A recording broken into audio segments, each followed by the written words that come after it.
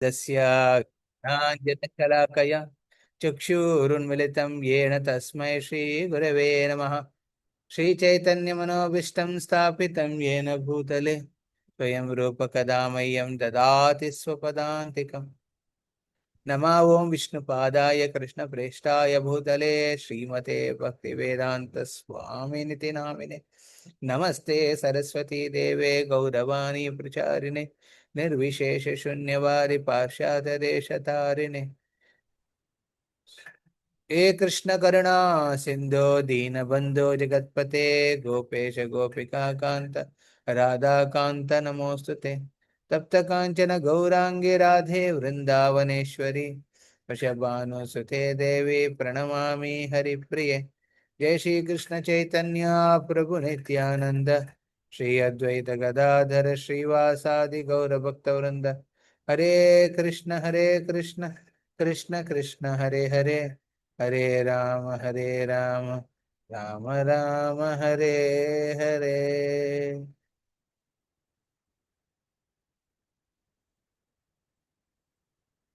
హరే కృష్ణ. ఈ వైష్ణవ గీతం ఆ లో ఉన్న భావాన్ని ఎవరైతే గ్రహిస్తారో ఆ భక్తుడు యాక్చువల్లీ వైష్ణవ సిద్ధాంతాన్ని పరిపూర్ణంగా అర్థం చేసుకున్నవాడు అవుతాడు. వైష్ణవ సిద్ధాంతం ప్రకారం ఒక భక్తుడు తన భక్తి మార్గంలో అభివృద్ధి చెందుతున్నాడు అంటే ఆ లక్షణాలు ఎలా కనపడతాయండి? తనకు తాను వినమ్ర భావంలో అసలు వైష్ణవునే కాదు అనుకుంటాడనమాట. తను తాను నేను వైష్ణవునే కాదు, అసలు నాకు ఇలాంటి అవకాశం వచ్చిందా అనే భావనతో ఉంటాడు. అరే నేను 16 మాల చేస్తున్నాను, కంటిమాల దారం తీసుకున్నాను, ఇప్పుడు దీక్ష కూడా వెళ్ళబోతున్నాను, అరే నేను చాలా అడ్వాన్స్ అవుతున్నాను అనే భావనతో ఎప్పుడు ఉండడు. నేను భగవద్గీత చదివేశాను, భాగవతం చదివేశాను అనే భావన అస్సలు ఉండదు. ఉత్తమ అధికారి మధ్యమ అధికారికి వీళ్ళల్లో ఉన్న భావన ఎలా ఉంటుందంటే నేను ఎప్పుడు వైష్ణవుని కాదనుకుంటాడు. కానీ కనిష్ట అధికారి, కనిష్ట వైష్ణవుడు నేను చాలా ఉత్తమ భక్తుడి కింద భావిస్తాడనమాట. ఉత్తమ భక్తుడు కనిష్ట వైష్ణవ భావనతో ఉంటాడనమాట. చూడండి విడ్డూరం ఇది. ఆధ్యాత్మ జీవితంలో ఎంత అభివృద్ధి చెంది పురోగతిని చెందుతారో అంత దిగజారిన పరిస్థితిలో ఉన్నారనే భావనతో ఉంటారు వాళ్ళు. ఇలాంటి దృక్పథం ఉన్నవాళ్ళు, ఇలాంటి ఆలోచన ఉన్నవాళ్ళు వాళ్ళకి యాక్చువల్లీ కృష్ణుడి కృప కలిగిన వాళ్ళు. స్వార్థం అంటే నిస్వార్థ సేవ భావనతో ఉన్నవాళ్ళు ఎప్పుడు ఆలోచనలు ఏమనుకుంటారు? అరే నాకు అసలు ప్రేమే లేదే అనుకుంటారు భగవంతుడి పట్ల. ఇలా ఇక్కడ భక్తి వినోద్ ఠాకూర్ ఒక ఉత్తమ అధికారి స్థాయిలో ఉంటూ ఈ ప్రపంచంలో భౌతిక వ్యక్తి ఏ విధంగా ఆలోచిస్తాడు, ఏ విధంగా తన జీవనాన్ని మళ్లించుకుని పెట్టుకుంటాడనే ఆస్పెక్ట్స్ ని ఈ పద్యంలో बहुत అద్భుతంగా వర్ణించాడు అనమాట. ఓకే, దీనిని ఇప్పుడు మీకోసం తెలుగులో చెప్తాను. తర్వాత మనం భాగవతం శ్లోకంలోకి వెళ్దాం. ఆ శ్లోకం అర్జునుడు ఎందుకు కృష్ణుడితో అలాంటి ప్రార్థన గావించాడు, విశేషంగా ఎప్పుడైతే అశ్వత్థాముడు బ్రహ్మస్త్రాన్ని వదులుతాడో ఆ సమయంలో అర్జునుడు బ్రహ్మస్త్రాన్ని ఛేదించడం వదిలేసి కృష్ణుడి వైపు తిరిగి తన ప్రార్థన వ్యక్తం చేసుకుంటాడు. ఇప్పుడు మీరు ప్రాబ్లమ్స్ లో ఉంటే ఏం చేయాలండి? జనరల్గా ప్రాబ్లమ్స్ ఉంటే మీరు ప్రాబ్లం రిజాల్వ్ చేసుకోవాలి, కానీ భగవంతుడికి తిరిగి ప్రేయర్ ఎందుకు చేయాలి? ఈ అంశం అన్నమాట. భగవంతుడి పట్ల ప్రేయర్ చేయడం ఎందుకు చేస్తున్నాడు ఈయనలాగా? ఎందుకు వదిలేశాడు? ప్రాబ్లం సాల్వ్ చేయకుండా భగవంతుడి వైపు తిరిగి భగవంతుడు ఎందుకు వేడుకుంటున్నాడు? భయస్థుడా అర్జునుడు, లేకపోతే చేతకానితనమా, లేకపోతే ఇంకేదైనా గుప్త రహస్యం ఉందా అనే భావన మనం ఇవాళ తెలుసుకుందాం. దీని ముందు ఒక వైష్ణవ ఆలోచన విధానం ఎలా ఉంటుంది. ఇక్కడ మనం భక్తివినోద్ ఠాకూర్ ఈ గీతంలో మనం గమనిస్తాం. ఎంత ఉత్తమ వైష్ణవుడైనా తనను తాను వినమ్ర భావంలో ఒక అధముడి కిందే భావిస్తాడు. అలాగ భక్తివినోద్ ఠాకూర్ ఒక అధముడి భౌతిక బద్ధ జీవంలో ఉన్న మనలాంటి వాళ్ళందరూ ఏ విధంగా ఆలోచిస్తారు, వేటికి విలువ ఇస్తారు, వేటిని చూసి ఆనందపడతారు, వేటిని చూసి దుఃఖిస్తారు అనే ఆస్పెక్ట్స్ ని ఈ శ్లోకంలో అద్భుతంగా వర్ణించాడు. ఈ ఈ పద్యంలో, ఈ వైష్ణవ గీతంలో. ఓకే, వినాలనుకుంటున్నారా? హరే కృష్ణ. ఎస్, ఇది కొంచెం కఠోరంగా ఉంటది ఇందులో చెప్పినవి, కానీ అది మనకు తెలుసుకోవడం మనకి మంచిది. ఒక భౌతిక బద్ధ జీవుడు అంటే ఒక మెటీరియల్లీ మోటివేషన్తో ఉన్న వ్యక్తి ఏ విధంగా ఆలోచిస్తాడు అనే ఆస్పెక్ట్స్ ఇక్కడ వర్ణించబడింది. ఓకే. हमार जीवन सदा पापे रथा నహి కో పుణ్యేరలేశ. యా, ఇక్కడ భక్తి వినోద్ ఠాకూర్ ఏం చెప్తున్నారంటే, నా జీవనం సదా పాపే రథ, పాపాలతో నిండి ఉన్నది. నేను దీన్ని ట్రాన్స్లేట్ చేసి చూపిస్తాను తెలుగులోది. యా, తెలుగులో ఈ విధంగా ఉంది. నేను భక్తిహీనుడైన పాపిని మరియు ఇతరులకు గొప్ప ఆందోళన కష్టాలను కలిగించాను. సో అమార జీవన సదా పాపేరత. మన జీవితాన్ని మనం గమనిస్తే, ఒక శరీరంలో ఒక జీవి ప్రవేశించి ఒక శరీరాన్ని ధరించిందంటే తన పాప కర్మను అనుభవించడానికి. మన పూర్వ జన్మల్లో చేసిన పాపకర్మను అనుభవించడానికి మనకు ఒక పర్టికులర్ ప్లేస్లో, పర్టికులర్ టైంలో, పర్టికులర్ ఒక ఫ్యామిలీలో మనకి జన్మ కలుగుతుంది అనమాట. దాన్ని మనం ప్రారబ్ధ కర్మ అంటాం కదా. ప్రారబ్ధ కర్మ, సంచిత కర్మ. సంచిత కర్మ అంటే మనం ఎప్పుడైతే భగవంతుని వదిలేసి భౌతిక ప్రపంచంలోకి ప్రవేశించామో, ఏ ఆలోచనతో, ఏ విలువతో మనం వచ్చాం ఇక్కడికి, ఎలాంటి మంచి విలువలు ఏం కలిగి రాలేదు మనం ఇక్కడికి. ఏ ఆలోచనతో వచ్చాం? భగవంతుడి పట్ల అసూయ. భగవంతుడి పట్ల ఉన్న అసూయ భావంతో మనము ఈ భౌతిక ప్రపంచానికి వస్తాం. వచ్చిన ఎన్నో జన్మలు ఎత్తాం ఇప్పటిదాకా. ఎత్తిన ప్రతి జన్మలో ఏదో ఒక పాపకర్మనే చేశాం. ఆ పాపకర్మ ఫలితాన్ని అనుభవించడానికి ఇంకో జన్మ ఎత్తాం. అందులో ఇంకొన్ని పాపకర్మలు చేస్తాం. పాపం పుణ్యం రెండు ఈ భౌతిక ప్రపంచానికి మనకు బంధించేవే.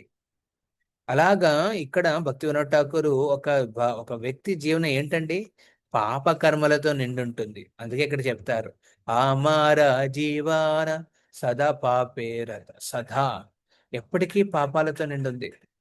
పాప ప్రవృత్తులు ఉన్నాయి. ఓకే, నేను పాపకర్మ చేయలేదు ప్రభుజీ, మీరేంటి అలా అంటున్నారు? నేను ఎప్పుడో వదిలేశాను పాపకర్మలు. కానీ పాప ప్రవృత్తి వదిలేమండి మనం? వదలలేదు. అది ఎప్పటికీ మన హృదయంలో వెలుగుతూనే ఉంటుంది. అవకాశం దొరకట్లేదు అంతే. పాప ప్రవృత్తిని ప్రదర్శించే అవకాశం దొరక్క మనం ఉండిపోతాం, కానీ పాప ప్రవృత్తితో నిండుంది హృదయం. నహి కో పుణ్యేరలేశ. ఎలాంటి పుణ్య అంటే ఒక సుకృతి భావనతో, సుకృతి అంటే ఒక మంచి ఆలోచనలు అనేవి నా మనస్సులో కలగట్లేదయ్యా. పాప ప్రవృత్తితో ఉంటున్నాను. అందులో ఏం చేస్తున్నాను? పరేర ఉద్వేగ దిహాచి జేకోతు దియాచి జీవేర క్లేశ. పరేర ఉద్వేగ, ఇతరులకును ఉద్వేగాన్ని కలిగిస్తున్నాను నా ఆలోచనలతో. చూడండి, మన జీవితంలో మనం చేసే ప్రతి ఆస్పెక్ట్లోనూ మన ఆలోచన, మన మాట, మన చేష్టలు, మన ఇరుపక్కలున్న వాళ్ళకు కూడా అది ప్రభావాన్ని చూపిస్తుంది అనమాట. ఎంతమంది ఒప్పుకుంటారు? ఎస్, ఎంతమంది ఒప్పుకుంటారు? మనం ఆలోచించే విధానం, అదేవిధంగా మనము మాట్లాడేది. యా, నాగలక్ష్మి చేతి మనం ఎలా ప్రవర్తిస్తున్నాం అది మిగతా వాళ్ళకి ఇట్ విల్ ఎఫెక్ట్, అది తగులుతుంది అనమాట వాళ్ళకి, కట్ అని, వెరీ డిఫికల్ట్. అలాంటి పరేర ఉద్వేగ, ఉద్వేగాన్ని కలిగిస్తున్నాను పత్రిక. దియాచి జేకోతో దియాచి జీవేర క్లేశ. ఆ జీవులకి, వాళ్ళు మీ పక్కింటి వాళ్ళు అవ్వచ్చు, లేకపోతే మీ ఇంటి వాళ్ళు అయి ఉండొచ్చు, లేకపోతే ఇంకెవరైనా, ఈ క్లేశాలని అంటే వాళ్ళకి దుఃఖాన్ని కలిగిస్తున్నాను అని ఇక్కడ భక్తి వినోద్ ఠాకూర్ వర్ణిస్తాడనమాట. నేను భక్తిహీనుడైన పాపిని. భక్తి లేదు, ఒక పాపి వ్యక్తి, పాప కర్మలతో నిండి ఉన్నాను కాబట్టి ఏం చేస్తున్నాను, ఆ ఇతరులకి ఆందోళన కలిగిస్తున్నాను. భక్తి లేనప్పుడు కామవాసనతో నిండి ఉంటుంది హృదయం, భౌతిక ఆలోచనలతో ఉంటుంది. న్యాచురల్లీ మనం మిగతా వాళ్ళకి కూడా ఇబ్బంది కలిగిస్తాం, మన ఆలోచనలతో, మన మాటలతో, మన చేష్టలతో ఆ ఆందోళన కలిగిస్తాం, కష్టాలు ఇస్తాం అన్నమాట వాళ్ళకి. అలా భక్తి వినోద్ ఠాకూర్ మొదటి పరిచయం చేస్తాడు.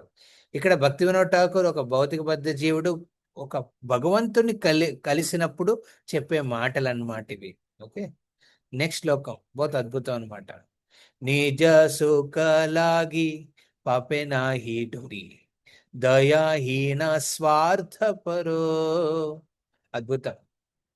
నేను ఈ ప్రపంచంలో ఆలోచించేది నా స్వార్థం గురించే, నా సుఖం, నాకేం సుఖ, నాకే ఆనందాన్ని ఇస్తుంది, నా అనుకునే వాళ్ళకి ఆనందం ఇస్తుంది, పరులు ఏమైపోయినా పర్లేదు, నా సుఖం కోసం పాపకర్మ చేయడానికి కూడా నేను వెనకాడను.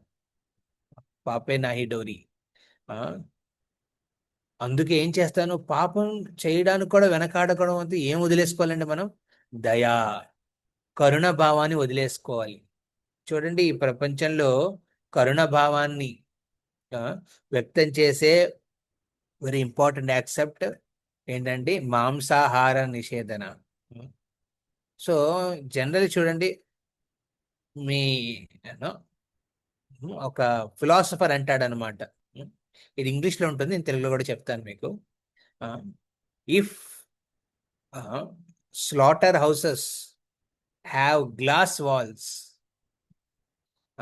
People may think of eating meat, may rethink about eating meet.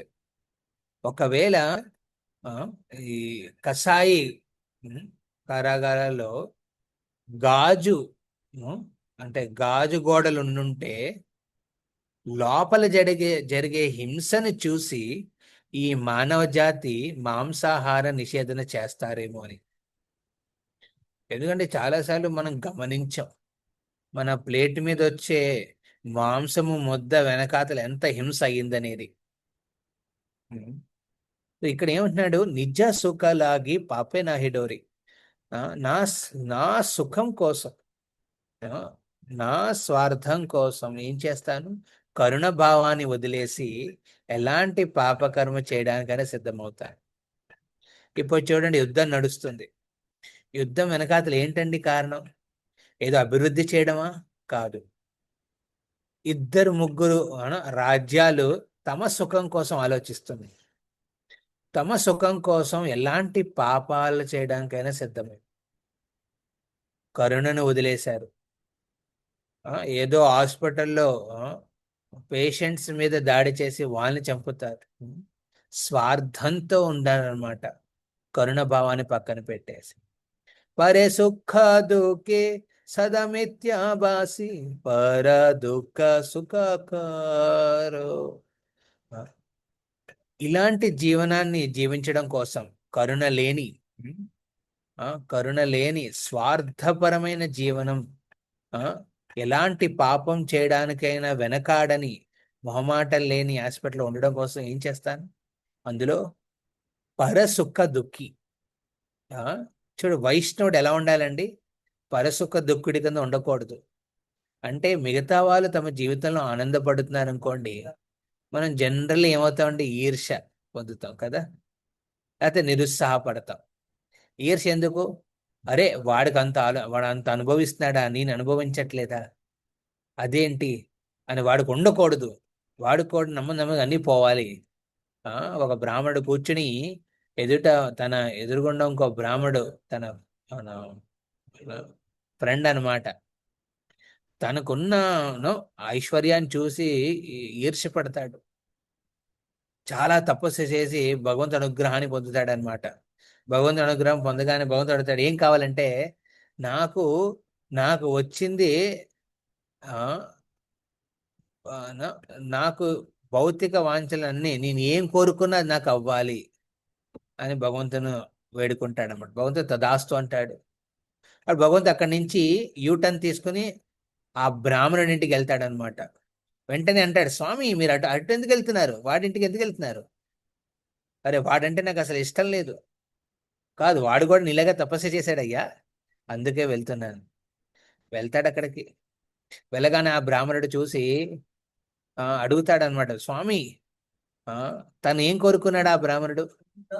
ఆ బ్రాహ్మడు నేను ఏం అంటే తను ఏం కోరుకున్నా అది నేను తీరేటట్టుగా వరం ఇమ్మన్నాడు. సరే, మీరు ఆయనకి ఏమి ఇచ్చినా భౌతిక వాంఛలు ఏం కోరుకున్నా దానికి రెట్టింపు నాకు ఇవ్వండి అని ఈయన కోరుకుంటాడనమాట. ఇద్దరు ఈర్ష్యతో కూడా ఉన్నారనమాట. సో ఈయనేమో, మొదటి బ్రాహ్మణుడేమో నాకు ఒక మంచి ఇల్లు కావాలనుకున్నాడు. వెంటనే తదాస్తు, స్వామి గారు అనుగ్రహించారు, మంచి ఇల్లు వచ్చింది. ఎదురుగా వాడింటి దగ్గర, ఆ బ్రాహ్మణుడి దగ్గర రెండిళ్ళు వచ్చినాయి వాడికి. ఓ, నాకు మంచి భార్య ఉండాలని వీడికి కోరుకున్నాడు, వాడికి ఇద్దరు భార్యలు వచ్చారు మంచి వాళ్ళు. ఆనందిస్తున్నాడు. నెమ్మదిగా ఇలాగా ఇది చూసి మొదటి బ్రాహ్మడు ఈర్ష్య పెరిగిపోతాను. అరే, నేను ఏం కోరుకున్నా దానికి రెట్టింపు వాడికి వస్తుంది అని వెంటనే ఈయన ఏం కోరుకున్నాడండి? పర సుఖ దుఃఖ. ఆ ఎదుటోడి సుఖాన్ని చూసి బాధపడ్డాడు, ఓర్చుకోలేకపోయాడు. ఓర్పునా ఆ బాధపడుతూ ఏం చేశాడు, భగవంతుడా నాకు రెండు కళ్ళల్లో ఒక కన్ను తీసేవయ్యా అని కోరుకున్నాడు. వెంటనే ఏమైంది, ఎదుటి బ్రాహ్మడి రెండు కళ్ళు పోయినాయి. పాపం ఇంత ఉంది ఫ్యాన్. అప్పుడప్పుడు చూడండి, మన లైఫ్ లో అన్నీ ఉంటాయి, కానీ దాన్ని అనుభవించే టైం ఉండదు, అనుభవించే శక్తి ఉండదు, లేకపోతే అలాంటి అవకాశాలు ఉండవు.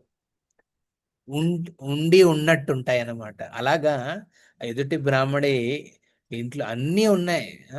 రెండు ఇళ్ళు ఉన్నాయి, ధర్మపత్నులు, సహకరించే ధర్మపత్నులు ఉన్నారు వాడికి. అన్నీ ఉన్నా కళ్ళు లేవు వానికి. ఇది చూసి మొదటి బ్రాహ్మణుడు చాలా ఆనందపడతాడు. ఓయ్, మంచిది, నాకు ఒక కన్నైనా ఉంది, వాడికి రెండు కళ్ళు పోయినాయి. సో ఇదండి పర సుఖ దుఃఖి, ఎదుటోడి సుఖాన్ని చూసి దుఃఖించడం అంటే. అలాగే పర దుఃఖ సుఖ, పరుల దుఃఖాన్ని చూసి సుఖించడం, దీన్ని సాడిస్టిజం అంటారు అనమాట. సాడిస్ట్ ఫెలో ఎలా అంటారండి, ఇంకోళ్ళు దుఃఖాన్ని చూసి సుఖిస్తాడు అనమాట. చూడండి, మన లైఫ్లో ఆ ఏదో ఒక హృదయంలో ఏదో ఒక కార్నర్లో ఇలాంటి ఆలోచనలు ఉంటాయి. వీటన్నిటిని భక్తి నాకు వెలికి తీస్తున్నాడు బయటికి. పర సుఖ దుఃఖి సదా మిథ్యాభాసి పర దుఃఖ సుఖ కారో. ఇతరుల సుఖాన్ని చూసి దుఃఖించే వ్యక్తి ఏం చేస్తాడండి? సదా మిథ్యాభాసి, ఎప్పుడు అబద్ధాలు చెప్తూనే ఉంటాడు. ఇంట్రెస్టింగ్ కదా. ఇప్పుడు మీరు మిగతా వాళ్ళ లైఫ్లో ఉన్న ఆప్యులెన్సెస్ని, ఉన్న వెల్త్ని, వాళ్ళకున్న ఎంజాయ్మెంట్ని చూసి మీరు బాధపడితే అది మీకే మంచిది కాదు. ఎందుకంటే దానిలో మనం విలువలు తగ్గించుకుంటాం. సదా మిథ్యభాసి, అబద్ధాలు చెప్తూ జీవిస్తాం. లేకపోతే వాళ్ళని కిందకి దిగజార్చడానికి మనం ఎన్నో ప్రయత్నాలు చేస్తాం, చాడింపులు చేస్తాం. సో ఇది వెరీ న్యాచురల్, ఒక సహజ భౌతిక బద్ధంలో ఉన్న వ్యక్తి ఆలోచన లాగా ఉంటది అనమాట. ఇక్కడ భక్తివినోద్ ఠాకూర్ చాలా ఒక్కొక్క శ్లోకం ఒక్కొక్క వెరీ ఇంపార్టెంట్ హైలైట్స్ అనమాట. నెక్స్ట్ శ్లోకంలో అంటాడు, మూడో శ్లోకం, అశేష కామాన హృది మాజీ మోర క్రోధి దంభ పరాయణ. అశేష కామన హృది మాజే మోర, నా హృదయం పీడించబడుతుంది. దీనివల్ల భక్తుడు గారు అంటాడు, అశేష కామన, ఆ ఎలాంటి పరిమితము లేని భౌతిక వాంఛనలతో, చూడండి, ఈ మనం బెటర్ లైఫ్ లో చూడండి, మీరు భక్తిని మీరు ఆశ్రయించకపోతే మీరు హృదయం పీడించబడుతుంది అనమాట. డిజైర్స్ అన్నమాట, ఆశలు, కోరికలు పెరిగిపోతాయి. అలా పెరిగిపోయిన కోరికలతో ఏమవుతుందంటే మన హృదయం పిండి పిండేస్తుంది అనమాట హృదయాన్ని, ఈ ఆలోచనలన్నిటిని, కామవాసనతో. అలాగా అలాగే హింసించబడిన హృదయం, ఆ, కామవాసన వల్ల ఏమవుతుందండి, రెండు ఆస్పెక్ట్స్ ని ఆశ్రయిస్తుంది. ఏంటది? ఒక వ్యక్తి క్రోధాన్ని, దంభాన్ని. క్రోధం ఎప్పుడవుతుందండి? మీకు కామవాసన ఉందండి, ఏదో ఒక కోరిక ఉంది, అది మిమ్మల్ని పీల్చుకుని తింటుంది లోపల నుంచి, హృదయంలో నుంచి. అది తీరనప్పుడు ఆ క్రోధం కింద మారుతుంది. ఒకవేళ ఆ కోరిక తీరిందనుకోండి, ఏమవుతుందండి? దంభ అంటే ఆ, ఒక గర్వం లాంటిది అనమాట. గర్వము, దంభ రెండిటికి తేడా ఏంటంటే, గర్వం అంటే మీకు ఉన్నది మీరేమో ఫీలింగ్ ప్రైడ్, మీకు ఉంది అది, ఆ, నాకు వాటి గురించి మీరు గర్వపడుతున్నారు. దమ్మం అంటే మీకు లేదది, ఆ, అయినాను గర్వపడుతున్నారు. దాని దమ్మం అంటారు. క్రోధి దంభపరాయణ. ఆ, ఒకవేళ ఆశ తీరితే దంభ, అయ్ చూడు, నేను ఏదైనా సాధించగలను, నాకు ఏదైనా నేను అనుకున్నది చిటికల్లో అయిపోతుంది, దీని దమ్మం అంటారనమాట. నాకు ఎలాంటి అడ్డంకులు లేవు, ఆ, నేను పెద్ద తోపుని, ఇలాంటి ఫీలింగ్స్ వస్తాయన్నమాట. దబ్బ. ఒకవేళ మీరు కోరుకున్న కోరికలు, మీ హృదయాన్ని పీడించే కోరికలు తీరకపోతే క్రోధం. చూడండి, క్రోధ దంభ పరాయణ. మదమత్త సాదా విషహీ మోహిత హింస గర్వ విభూషణ. అప్పుడప్పుడు ఏమవుతుందండి, ఈ భౌతిక వాంఛలు, లేకపోతే భౌతిక ఆలోచనలు ఈ ప్రపంచంలో ఎన్నో తిరుగుతూ ఉంటాయి. చూడండి, మన సంఘం ఎలాంటిదో దాన్ని బట్టి ఉంటాయి మన ఆలోచనలు. మన దుస్సంగంలో ఉన్నాం అనుకోండి, భౌతిక వాంఛనలు పెరుగుతూ ఉంటాయి. అరే మాతాజీ, మీరు చింతించకండి, మీకు ఇలా అవ్వలేదు కదా, అది డిజైర్ ఫుల్ఫిల్, మీరు ఇలా ట్రై చేయండి, ఇలా బాగుతుంది. ఆ, అరే ఏంటి భక్తి చేస్తున్నారు, వదిలేయండి, లైఫ్లో ఎన్నో అచీవబుల్ థింగ్స్ ఉన్నాయి, వాటి మీద ఫోకస్ పెట్టండి. అలాగా విషయ మోహిత, ఎన్నో విషయాలు. ఆ, ఒక ఒక వ్యక్తి భౌతిక ఆలోచనలతో నిండి ఉన్నప్పుడు భౌతిక విషయాల గురించి ఆలోచిస్తూ ఉంటాడు. అలా విషయాలు ఆలోచిస్తూ అందులో ఆ మోహిత, మోహానికి గురవుతాడు అనమాట. అలా గురై ఆ, హింస గర్వ విభూషణ. ఒక భౌతిక వాంఛనతో ను, మోహంలో పడిన వ్యక్తి న్యాచురల్లీ హింస, గర్వ అనే ఆభరణాలను ధరిస్తాడనమాట. అంటే అందులో ప్రయత్నించినప్పుడు తనకి ఆ, తను అనుకున్న పదవి, ప్రతిష్ట వచ్చినప్పుడు గర్వపడతాడు. తనకి రాలేదు, ఇంకో ఎవరికైనా వస్తే అది చూసి అసూయ పడతాడు. అసూయపడి వాళ్ళని హింసించే ప్రయత్నం చేస్తాడు. ఆ అందుకే ఇక్కడ చెప్తారు, మద మత్త సదా విషయీ మోహిత హింస గర్వ విభూషణ. ఈ మూడోది, నా హృదయంలోని భౌతిక కోరికలు అపరిమితమైనవి, నేను క్రోధంతో ఉంటాను, అబద్ధపు గర్వాన్ని, అహంకారానికి లోనై వ్యర్థమైన ఆలోచనలతో మత్తెక్కి లౌకిక విషయాలకు దిగ్భ్రాంతి చెందుతాను. ఆ, అసూయ, అహంభావం నేను ధరించే ఆభరణాలు. ఇది భక్తివినోద ఠాకూరు ఒక వ్యక్తి గురించి ఈ విధంగా చెప్తాను. తర్వాత నెక్స్ట్ శ్లోకం, నిద్రాలస్య హత సుకార్య వీరత అకార్య ఉద్యోగి ఆమి.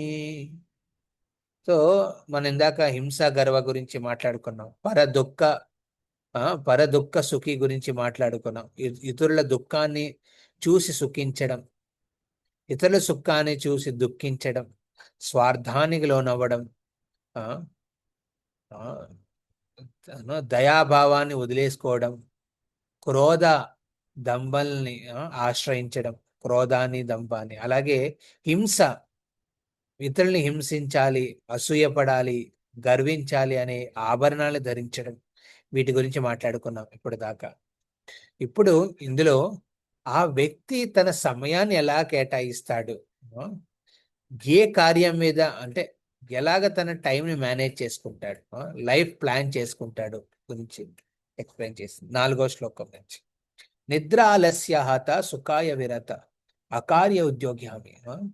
నిద్రాలస్య, నిద్ర ఆలస్యం అనే 2 గుణాల వల్ల ఏమవుతాను, నేను క్షీణించబడతాను, ఒక వ్యక్తి క్షీణిస్తాడు. సుకార్య విరత, సుకార్య అంటే మంచి కార్యాలు చేసే ఆలోచన వదిలేస్తాడు. అకార్య ఉద్యోగ్యామి, అకార్య అంటే అకార్యం, కార, అకార, అకార్య అంటే ఏదైతే పాపకర్మను అకార్యం అంటారనమాట. కార్యం అంటే మంచి కర్మలు, అకర్మ అంటే పాపకర్మలు అనమాట. ఇక్కడ విశేషంగా ఈ శ్లోకంలో వర్ణించబడు, పాపకర్మలు చేయడానికి ఆతృత చూపిస్తాడు, పుణ్యకర్మలు వదిలేస్తాడు, పాపకర్మలు చేయడానికి ఆతృతను చూపిస్తాడు. ఎప్పుడు నిద్ర ఆలస్యానే, ఆలస్యం అంటే లేజినెస్ అన్నమాట. ఇంట్రెస్ట్ ఉండదు దేనికోసం, ఆధ్యాత్మిక జీవనంలో ఎప్పుడు ఆలస్యంగా ఉంటాడనమాట, లేజీ. అదే భౌతిక విషయాల పట్ల ఎంతో ఉత్సాహంతో ఆ, ఎగురు గెంతులేస్తూ ఉంటాడు ఒక వ్యక్తి.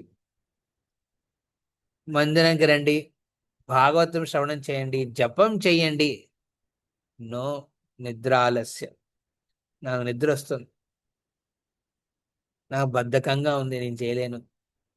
కానీ అదే వ్యక్తి ఆ, భౌతిక విషయాల పట్ల ఎంతో ఆతృత, ఉత్సాహాన్ని చూపిస్తాడు. ప్రతిష్టలాగీయ సత్య ఆచరణ, ప్రతిష్టలాగీయ సత్య ఆచరణ, లోభహత సదకామి.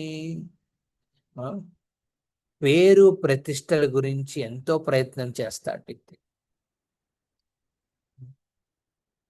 సత్య ఆచరణ, లోభహత సదాకామి, లోభాన్ని అంటే లోభహత, లోభానికి గురై, అంటే ఏంటి, ఏదైనా నాకు పొందాలి, ఇంకా పొందాలి, ఇంకెక్కువ కావాలి, ఆ పేరు ప్రతిష్ట, ధనం, జనం, సుందరిం, ఇవన్నీ ఎక్కువ ఆలోచనతో ఉంటాడనమాట. సత్యాన్ని వదిలేస్తాడు, పరమసత్యమైన భగవంతుని పక్కన పెట్టేసి అసత్యాన్ని, ఆచరణ అంటే ఒక ఒక ధర్మానికి విరుద్ధమైన కార్యాల పట్ల ఆసక్తి చూపిస్తాడు వ్యక్తి. ఎందుకు ఈ శ్లోకం 4వది అద్భుతంగా, సోమరితనం నిద్ర వల్ల నాశనమై నేను పుణ్య కార్యాలన్నింటినీ ప్రతిఘటిస్తాను, అయినప్పటికీ దుష్ దుష్కార్యాలు చేయడానికి చాలా చురుకుగా, ఉత్సాహంగా ఉంటాను. లౌకిక కీర్తి ప్రతిష్టల కోసం నేను మోసపూరిత పద్ధతులను అవలంబిస్తాను. ఈ విధంగా నేను నా స్వంత దురాశతో నాశనం అవుతాను, మరియు ఎల్లప్పుడూ కామంతో ఉంటాను, కామవాసనతో ఉంటారు. ఈ విధంగా ఇక్కడ తన తన పరిస్థితిని భక్తుని ఒక భౌతిక బద్ధ జీవుడిలాగా ఆలోచిస్తూ భగవంతుడి ముందు వ్యక్తం చేస్తాడనమాట.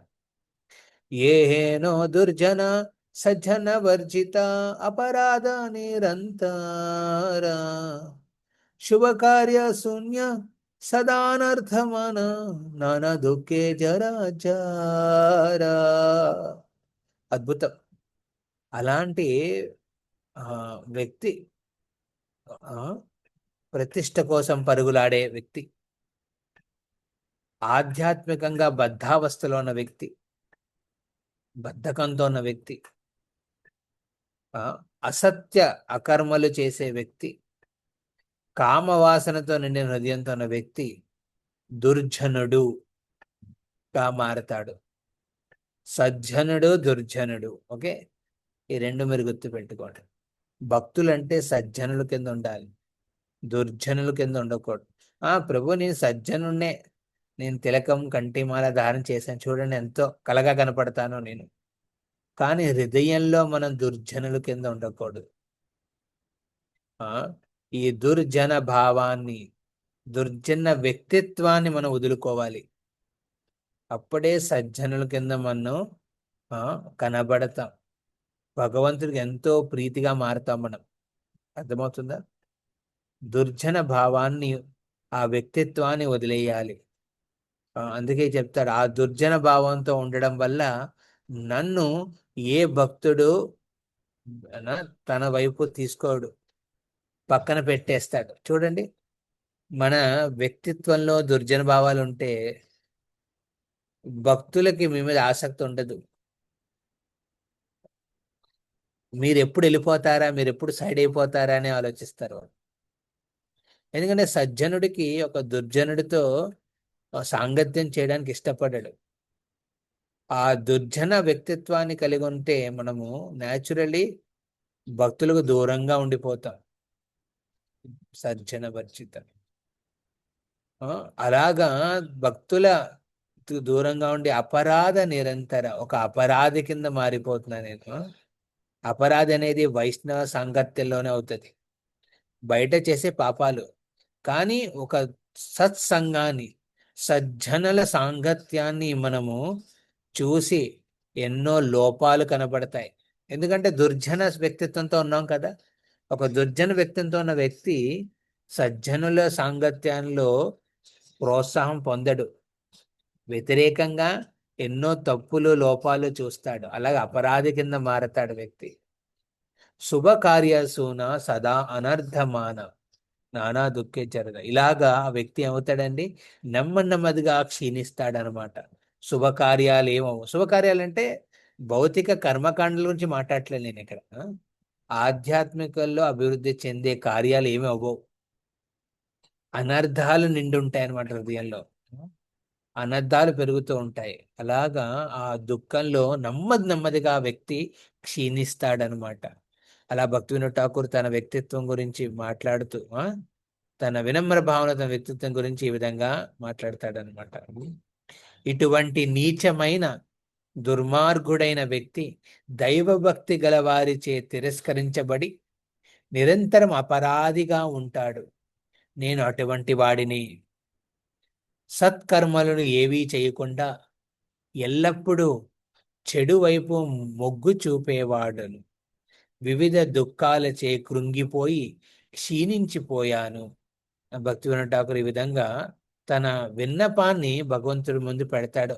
లాస్ట్ శ్లోకంలో ఏంటది, భార్ధాయ ఏకోన ఉపాయ విహీన తాతే దీన అకించన భకతి వినోద ప్రభురాచరణే కోరే దుఃఖ నివేదన. నివేదిస్తున్నాడు, తన దుఃఖాన్ని నివేదిస్తున్నాడు. ఎవరి పట్ల? ప్రభుర చరణి, స్వామివారి చరణ పాద పద్మముల దగ్గర భక్తి వినోద్ ఠాకూర్ తన నివేదన వ్యక్తం చేస్తున్నాడు. ఏంటి? ఏమయ్యా స్వామి, భార్ధయ్య ఎక్కువన, ఇప్పుడు నేను ముసలివాడిని అయిపోయాను, నా సమయం అంతా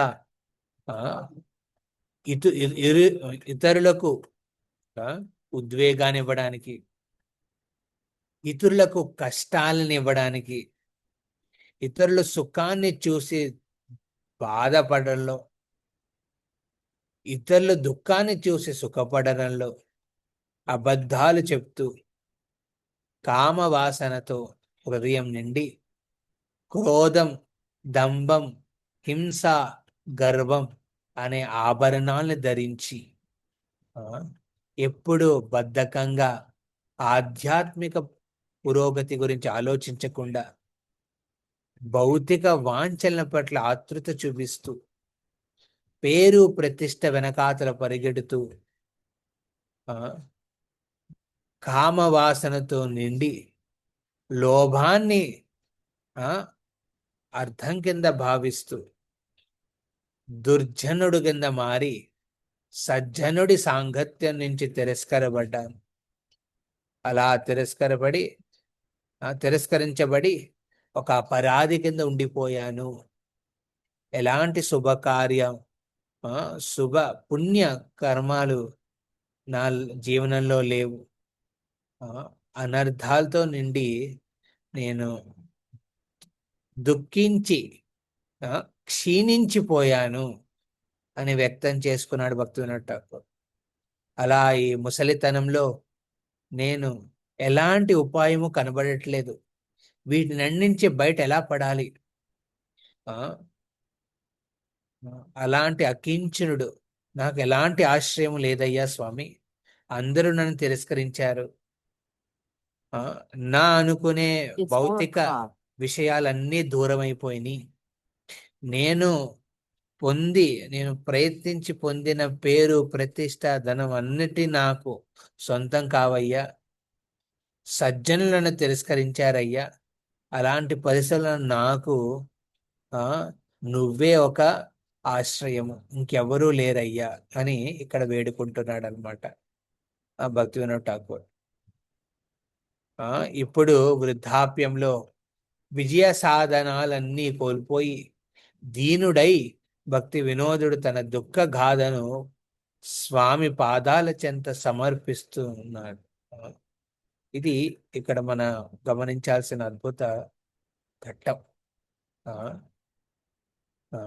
ఇక్కడ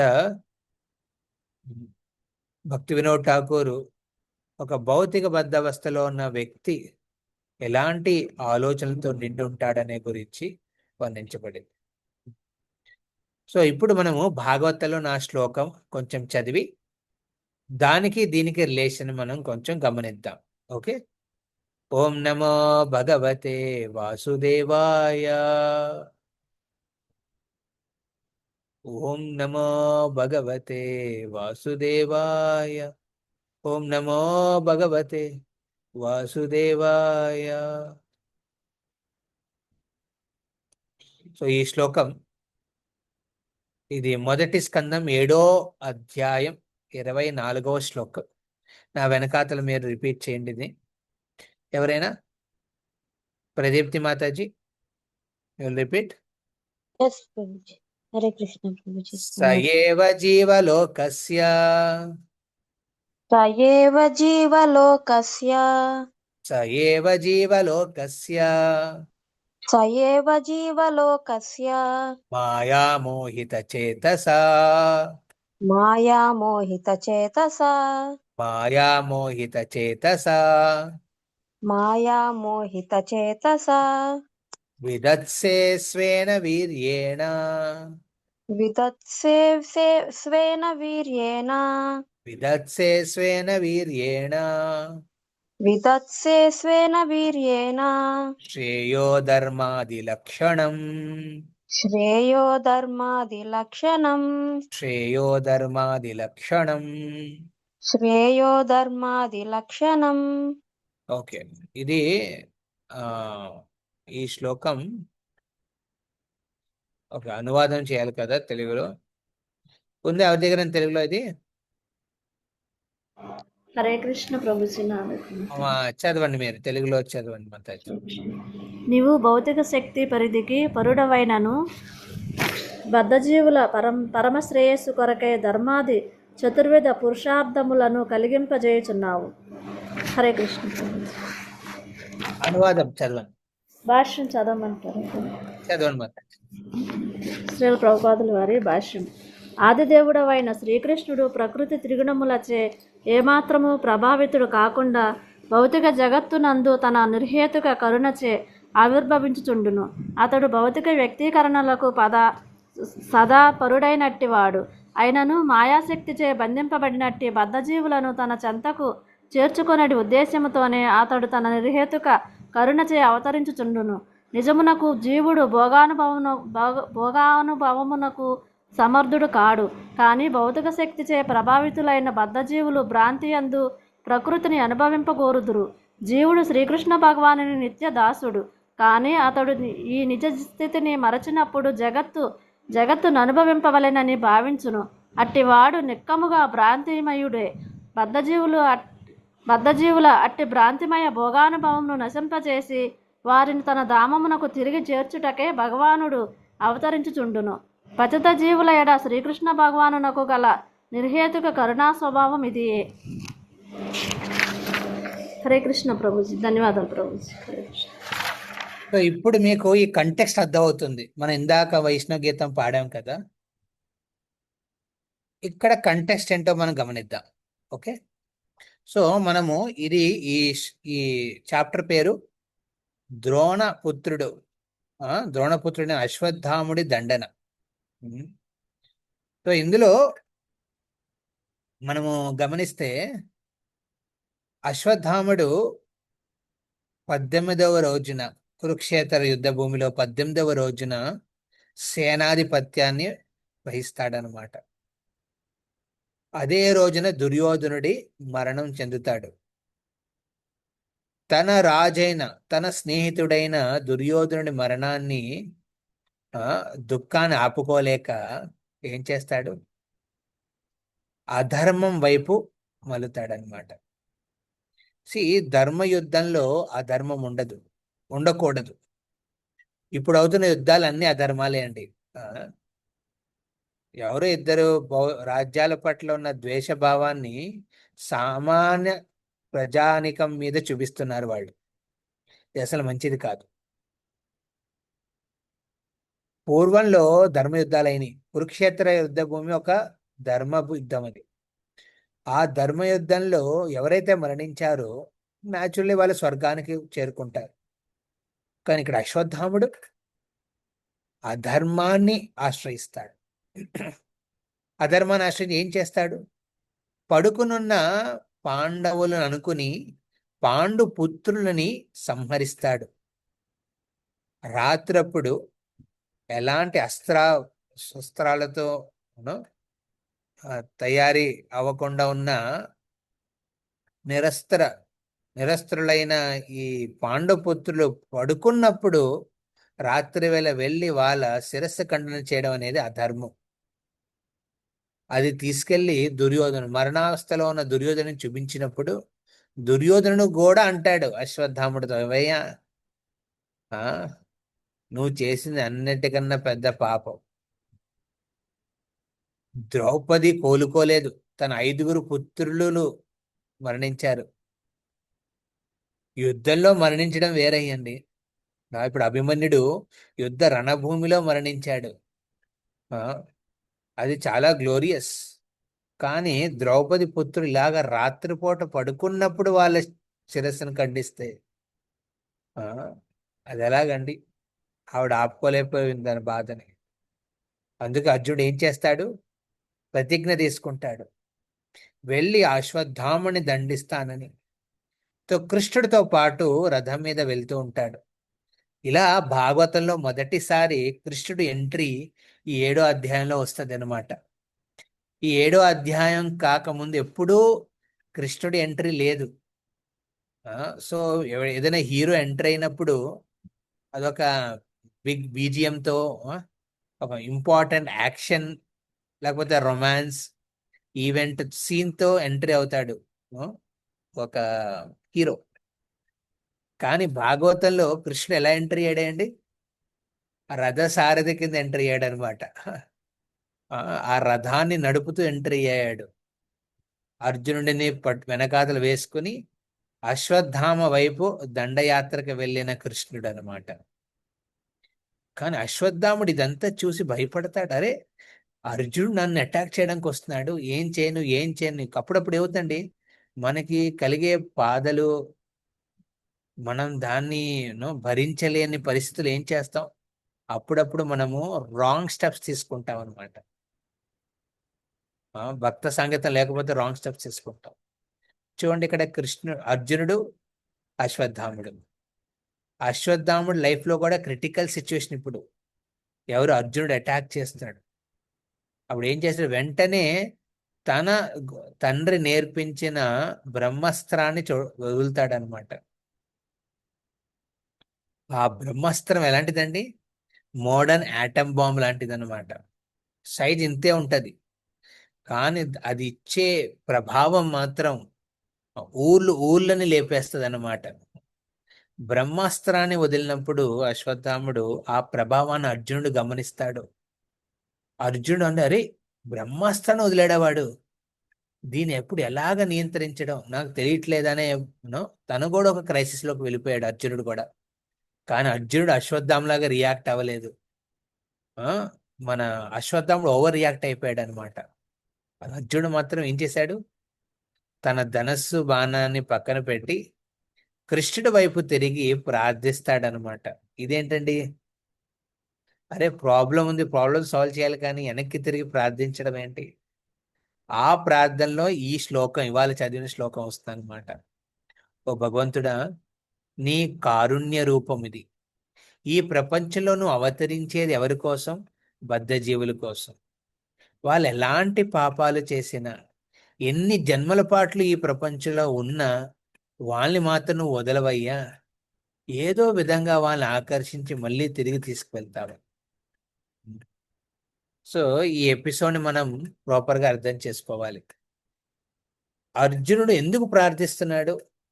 ఎందుకంటే తనకు భగవంతుడి మీద నమ్మకాన్ని వ్యక్తం చేస్తున్నాడు. చాలాసార్లు మనకి ప్రాబ్లమ్స్ వచ్చినప్పుడు మనం ఏం చేస్తామండి, ఆ,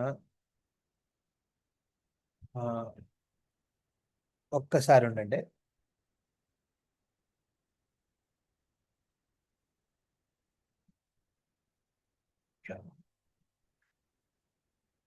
చాలాసార్లు మనం ప్రాబ్లమ్స్ వచ్చినప్పుడు ఏం చేస్తాం,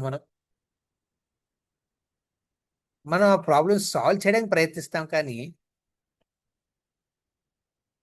మనం పెద్ద పిక్చర్ గమనించాం. దీనికి కారణం ఏంటి, దీని నుంచి ఎలా బయటపడాలి, ఆధ్యాత్మిక కోణంలో దీన్ని ఎలా గమనించాలి, ఆ, దీని మూల కారణాలు ఏంటి, అవి ఆలోచించాం. అర్జునుడికి అర్థమైంది ఇక్కడ, అశ్వత్థాముడు వదిలాడు బ్రహ్మాస్త్రాన్ని, ఇప్పుడు దాన్ని ఖండించాలి, ఖండించాలి, దాన్ని నియంత్రించాలంటే ఏం చేయాలి? ముందు భగవంతుని ప్రార్థించాలి. ఉంది తన దగ్గర కెపాసిటీ, అర్జునుడికి లేదని కాదు, ఆ చేతకానితనం కాదు, ఉంది తన దగ్గర శక్తి. కానీ అక్కడ అర్థం చేసుకున్నాడు, ఈ అన్నిటికీ మూల కారణమైన భగవంతుడు పైనుంచి చూస్తున్నాడు. జస్ట్ వెయిట్, ఒక కాల్ వస్తుంది.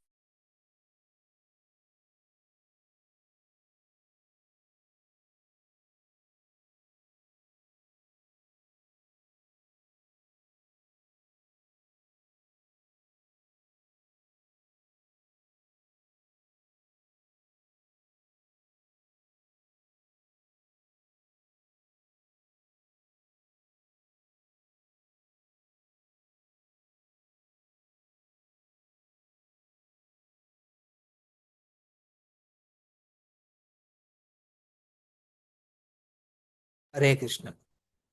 ఇప్పుడు బయట వర్షం పడుతుందట. హరే కృష్ణ. అప్పుడప్పుడు పరిస్థితులు ఎలా మారితే మనకు తెలియదు, మనం అనుకుంటాం ఒకటి అయ్యేది ఇంకోటి ఏదో అవుతుంది అనమాట. సో అలాంటప్పుడు మనం అర్థం చేసుకోవాలి, భగవంతుడు ఉన్నాడు, భగవంతుడు అన్నీ తెలుసు. ఇది మన చేతకానితనం కాదు, అలానే భయం కాదు, ఓకే నేను పరిస్థితులు ఎదుర్కోలేనా కాదు. భగవంతుడు పట్ల తిరిగి ప్రార్థించడం అనేది చాలా బుద్ధిమంతమైన పని అన్నమాట. ఇది ప్రతి ఒక్కరు చేయాలి. అలా చేయడం వల్ల ఏమవుతుందండి, 3 విషయాలు అవుతాయి. మొదటిది, మీకు ఒక శక్తి కలుగుతుంది. భగవంతుడితో సాంగత్యం చేసినప్పుడు భక్తి మార్గం ద్వారా మీలో తెలియని ఒక శక్తి కలుగుతుంది అనమాట. 2, మీకు ఒక క్లారిటీ వస్తుంది, ఇలా ఉంది పరిస్థితి, దీన్ని ఎలాగ నేను అధిగమించాలి, ఏం చేస్తే ప్రాబ్లం సాల్వ్ అవుతుంది అనే క్లారిటీ, ఓవరాల్ పిక్చర్ తెలుస్తుంది అనమాట. తర్వాత 3వది వెరీ ఇంపార్టెంట్, మీ ప్రయత్నం చేస్తారు, మీ ప్రయత్నాలు ఓకే, క్లారిటీతో పాటు మీకు తెలియని భక్తి శక్తి ఒకటి అంటే అంతరంగ శక్తి వస్తుంది అనమాట. కానీ ఇది చేసేటప్పుడు పరిస్థితులు రిజల్ట్స్ వస్తాయా లేదా అనేది మాత్రం మీద ఆధారపడకూడదు. రిజల్ట్ మన అనుకున్నట్టుగా వస్తుందా లేకపోతే ఇంకో విరుద్ధంగా వస్తుందనే దాని మీద ఆధారపడకుండా మీ ఉత్సాహం ఎల్లప్పటికీ అలాగే ఉంటుంది. అందుకే అర్జునుడు కృష్ణుడి వైపు తిరిగి ఈ ప్రార్థనలు పాడతాడనమాట. సో ఈ ప్రార్థనలు మనం గమనిస్తే ఆయన కృష్ణుడి కారుణ్య రూపం గురించి చెప్తున్నాడనమాట. భగవంతుడు బద్ధ జీవుడి కోసం ఒక పెద్ద ప్లాన్ వేశాడు. ఒక దివ్యమైన ఒక నేను తెలిసిన ఒక ప్లాన్ ని పెడతాడు. మనకి తెలిసిన ప్లాన్ చిన్న ప్లాన్ అండి. మరి భగవంతుడు మన కోసం చేసిన ప్లాన్ చాలా పెద్దది.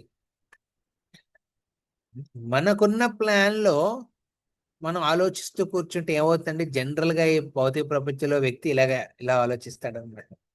నాకేంటి, నా స్వార్థానికి ఏంటి, నా సుఖం ఏమిటి, ఇరులు ఏమైపోయినా పర్లేదు, నాకు ఎందుకు ఇలాగవుతుంది అనే ఆస్పెక్ట్ మీదే ఫోకస్ పెడతాడు.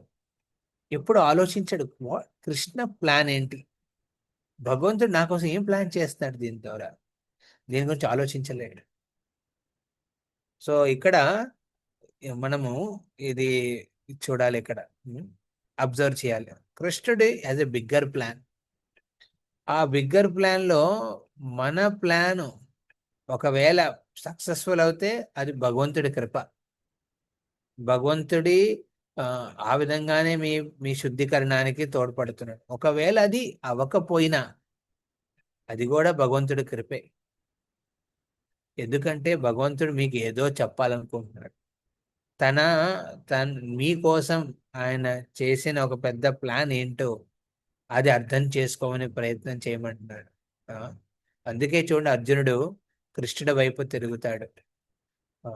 ఎస్, చేతకానితనం కాదు, తెలుసు తనకి ఏం చెయ్యాలో, కానీ భగవంతుడికి రెస్పెక్ట్ ఇస్తున్నాడు, భగవంతుడికి ఆ మర్యాద ఇస్తున్నాడు, భగవంతుడి స్థానాన్ని గ్రహిస్తున్నాడు. మనం చేసే యాక్టివిటీలో మన క్రియ ఓన్లీ 5%, ఓకే, ఓన్లీ 20% అనమాట. మిగతా 80% మిగతా ఫ్యాక్టర్స్ మీద డిపెండ్ అయి ఉంటుంది. మన భగవద్గీతలో గమనిస్తే మనం చేసే కార్యంలో మనం చేసేది ఒకటే, ఆశ. మనం ఓన్లీ కోరుకుంటాం, కానీ మిగతావి అవన్నీ మన నియంత్రణలో లేనివి అనమాట. ఒకటి ప్రకృతి కూడా సహకరించాలి మీకు. రెండవది కాలం సహకరించాలి మీకు. మూడవది భగవంతుడు అనుగ్రహం ఉండాలి. అండ్ నాలుగవది మీ కర్మ అనుకూలంగా ఉండాలి. ఎందుకంటే మీరు ప్రీవియస్ లైఫ్లో మీకు చేసిన కర్మ కూడా మీతో ఉంది కదా. కర్మ, కాలం, ప్రకృతి, జీవ, భగవంతుడు, 5 ఫ్యాక్టర్స్ ఉంటాయన్నమాట. జీవుడు ఓన్లీ 20%, రిమైనింగ్ 80% వీటి మీద డిపెండ్ అయి ఉంటుంది. అందుకే మనం ఏం చేస్తాం, భక్తి కర్మలు చేస్తాం, భక్తి కార్యాలు చేస్తే ఏమవుతుందండి, మన కర్మను కూడా మార్చుకోవచ్చు. మీరు భక్తి కార్యాలు చేస్తే ప్రకృతి కూడా మీకు అనుకూలంగా మారుతుంది, కాలం సహకరిస్తుంది. భగవంతుడు ఎప్పటి నుంచో వేచి చూస్తాడు మీకోసం, ఆయన తప్పకుండా మీ వైపే ఉంటాడు. సో మీరు ఎప్పుడు భగవంతుడు నా వైపు లేడు అనుకోకండి, భగవంతుడు మీ వైపు ఉన్నాడు. కానీ మీకు అప్పుడు అవసరం, ఆ పరిస్థితిలో మీకు ఇలా అవ్వాలి, లేకపోతే మీరు ఎంత ప్రయత్నించా అవ్వట్లేదు అంటే అది భగవంతుడు మీకోసం అలాంటి స్థితిని అరేంజ్ చేశాడని అర్థం చేసుకోవాలి. Krishna will give what you need, not what you want. ఇంగ్లీష్లో చెప్పాను ఇది. భగవంతుడు మీకు ఏది అవసరమో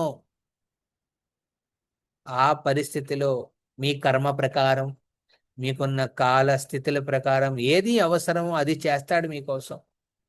మీకు ఏది కావాలో అది చేయకపోవచ్చు.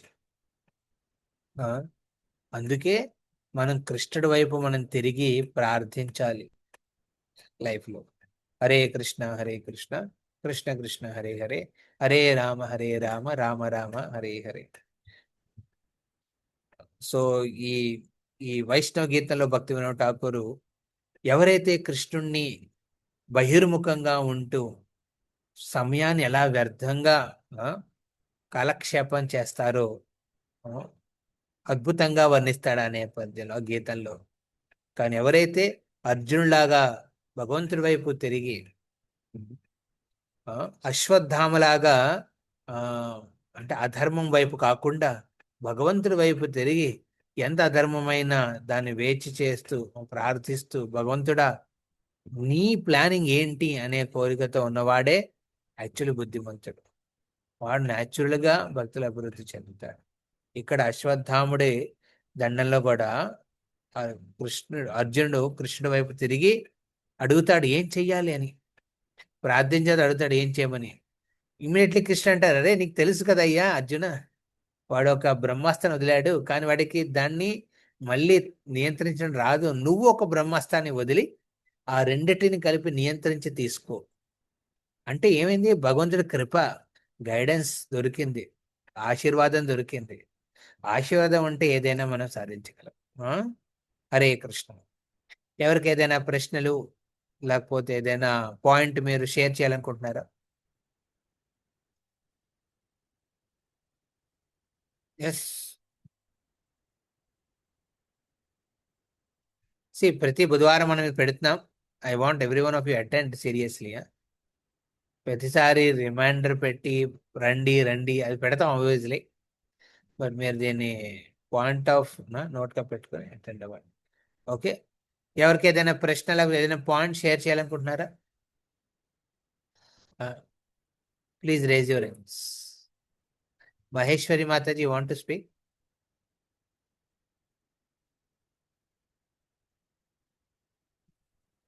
హరే కృష్ణ ప్రభుజీ.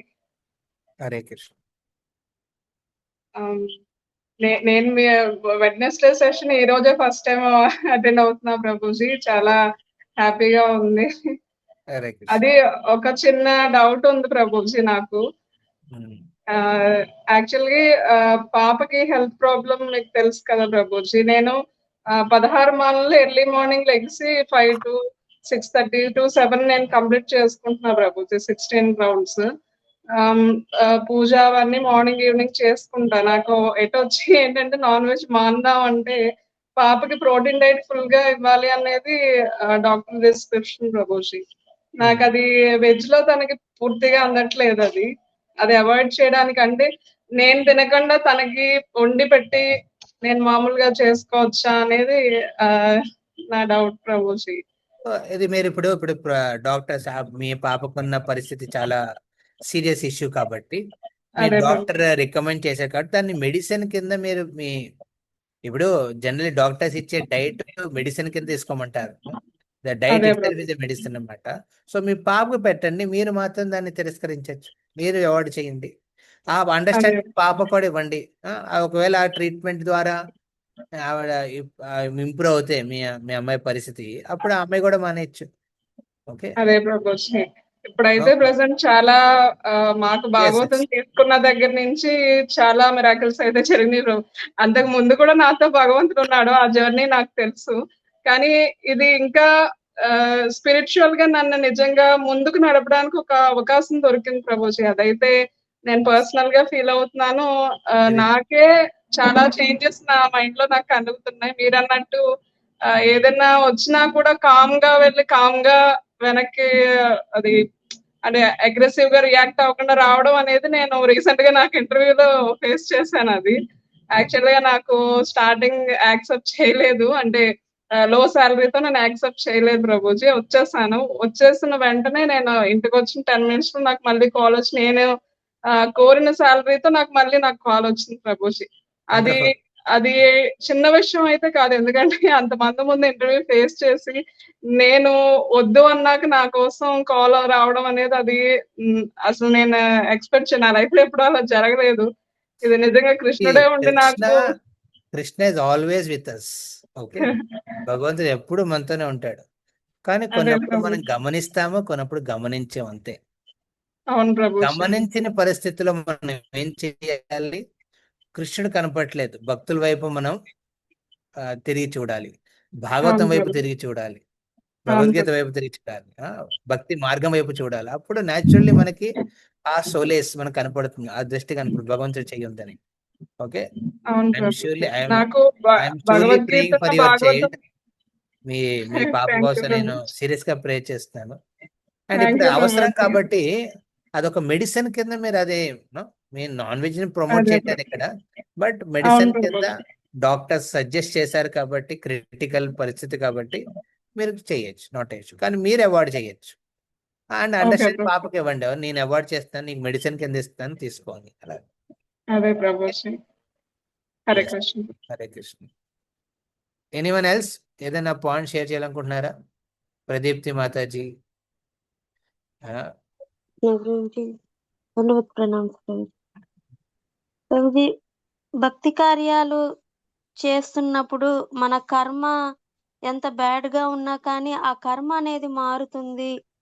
కాలము, ప్రకృతి, భగవంతుడు కూడా మనకి సహకరిస్తారు అనేది చెప్పారు ప్రభుజీ.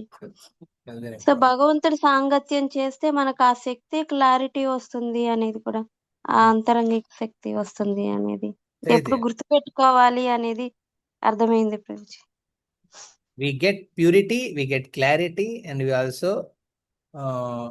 get Krishna's assurance అన్నమాట, కాన్ఫిడెన్స్ వస్తుంది.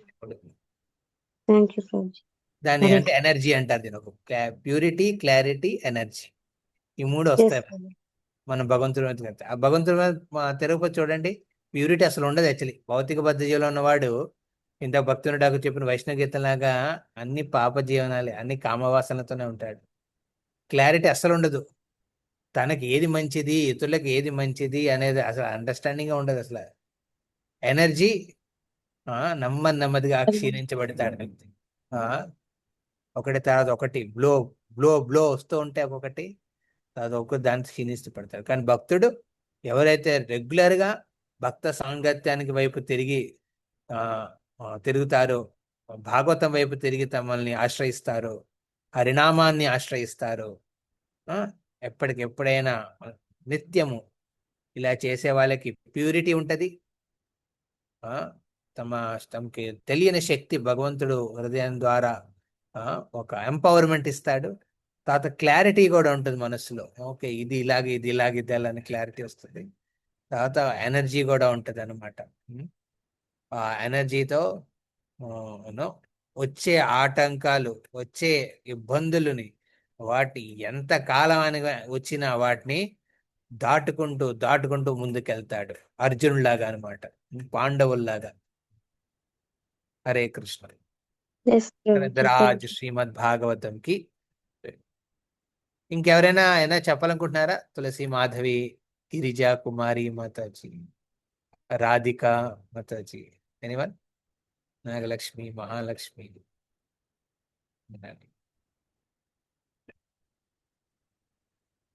హరే కృష్ణ ప్రభుజీ, ధన్యవాద ప్రణామాలు పద్మావతి మాతాజీ. ప్రభుజీ. హరే కృష్ణ. నేను ఈరోజు వేరే లోన్స్ పని మీద తిరుగుతా ఉన్నాము, ఇరుక్కుపోయాను ప్రభుజీ. బ్యాంక్ లోనే విన్నాను, స్లోగా పెట్టుకొని మీ క్లాస్. ఇప్పుడే ప్రభుజీ జస్ట్ మూవ్ అయ్యాను ఇంటికి. ఓకే, సారీ ప్రభుజీ, విన్నాను, బాగుంది మీరు చెప్పినవి అన్ని.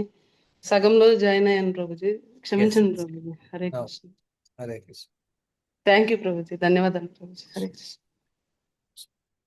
వాంఛాకల్పతరుభ్యశ్చ కృపా సింధుభ్యవచ పతితానాం పావనేభ్యో వైష్ణవేభ్యో నమో నమః. అనంతకోటి వైష్ణవృందకి జై. జై. హరే కృష్ణ.